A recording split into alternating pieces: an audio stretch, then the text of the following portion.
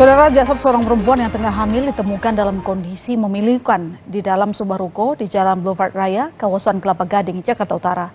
Rekan korban menemukannya di dalam kamar korban yang berada di lantai 3 ruko tersebut.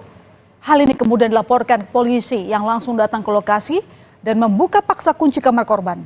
Kematian korban berinisial RN ini pun menuai tanya apa yang sebenarnya terjadi. Tak sampai 24 jam, polisi menemukan sosok pria yang berada di balik kematian RN. Agustami ditetapkan sebagai tersangka terkait kasus kematian RN setelah melakukan serangan penyelidikan.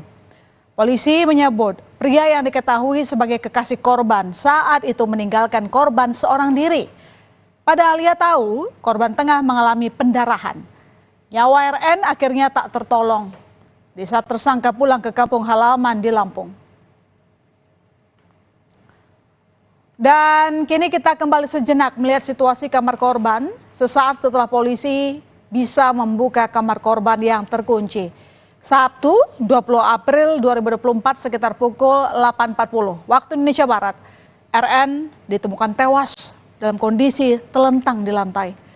Jenazah korban kemudian dibawa ke rumah sakit untuk diotopsi agar polisi bisa mengetahui secara jelas penyebab kematian korban. Sementara petugas tim identifikasi dari Polsek Kelapa Gading dan Polres Metro Jakarta Utara kemudian melakukan olah tempat kejadian perkara. Yang hasilnya, polisi berhasil mengantongi identitas seseorang yang diduga terlibat dengan kematian RN.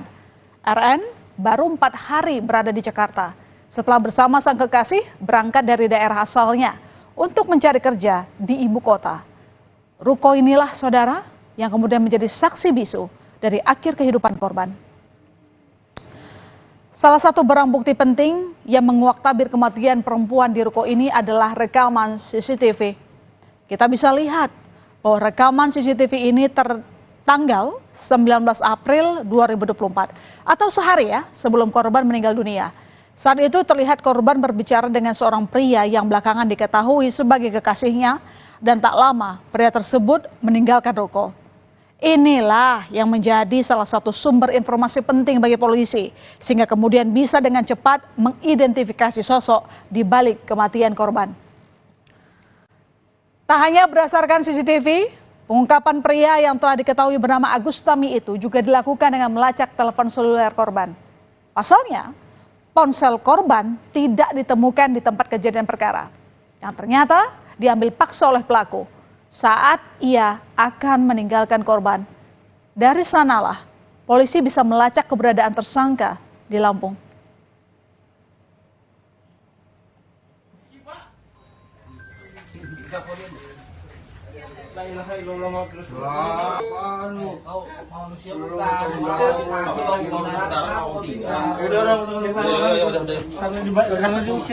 Saat diamankan, Agustami tak mengakui perbuatannya dan bahkan sempat menangis. Tim unit Reskrim Polsek Kelapa Gading menemukannya di Jalan Haji Sulaiman, Teluk Belitung Timur, Lampung. Pria yang kemudian ditetapkan sebagai tersangka ini bersembunyi di rumah orang tuanya. Dari penggeledahan, polisi juga menemukan telepon seluler milik korban.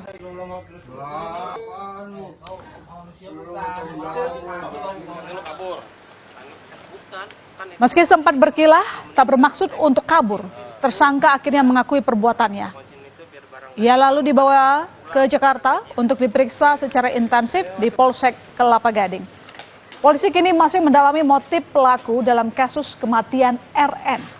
Hal ini juga nantinya akan dikuatkan setelah pemeriksaan ahli antara lain dari ahli toksikologi selesai dilakukan. Kelapa Gading telah mengamankan satu orang pelaku yang diduga melakukan pembunuhan jasad mayat perempuan yang ada di ruko Kelapa Gading. Untuk sementara keterangan dari pelaku, dia mengakui perbuatannya. Untuk pada saat dilakukan penangkapan, alhamdulillah pelaku kooperatif ya. Kita sudah jelaskan juga kepada pihak keluarganya. Seiring pendalaman kasus yang dilakukan polisi, satu persatu fakta pun terkuak. Tersangka dan korban ternyata telah menjalin kasih selama 3 tahun. Dan kemudian korban pun tengah mengandung dengan usia janin kurang lebih 4 bulan. Hubungan korban dan tersangka telah terjalin lama sejak mereka berada di Lampung. Dan meskipun awalnya tersangka mengaku ia dan RN ke Jakarta untuk mencari kerja, namun akhirnya diketahui bahwa alasan lain tersangka mengajak korban ke Jakarta yakni karena malu kekasihnya sedang mengandung dan ingin menutupinya dari keluarganya. Keduanya kemudian tinggal dan bekerja di ruko tempat RN ditemukan tewas. Namun rupanya kehamilan RN menjadi permasalahan sehingga tersangka meminta korban untuk menggugurkannya atau dengan kata lain melakukan aborsi. Upaya aborsi dilakukan dengan meminum obat-obatan.